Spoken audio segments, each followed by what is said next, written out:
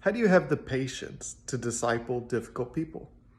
Somebody asked me that recently, and it's a great question because at the end of the day, it doesn't matter how someone's difficult, you're going to encounter difficult people if you're serious about making disciples. And so I think there's two main things. First, Jesus spent 3 years discipling his 12 disciples, right?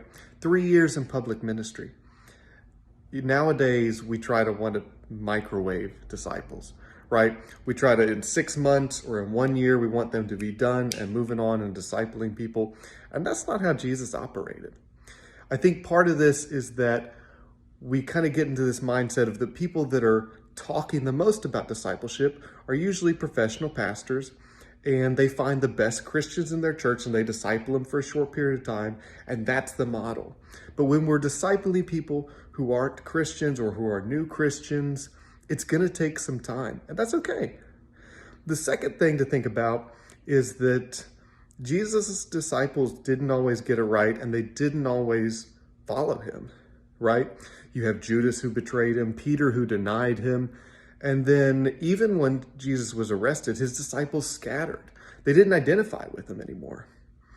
But eventually, Jesus brings those disciples back into the fold. He invites Peter back into relationship. Even Judas shows remorse, which we forget about sometimes. Sadly, he took his own life, but at the end of the day, he showed remorse, right? And so all of Jesus' disciples recognized the errors of the way and then corrected and wanted to follow him again. They realized what they'd done. And so if you're discipling people and they don't get it right, that's okay. It takes a little bit of time, more time than we're usually comfortable with. You just have to slow down, be patient, and let God work on people.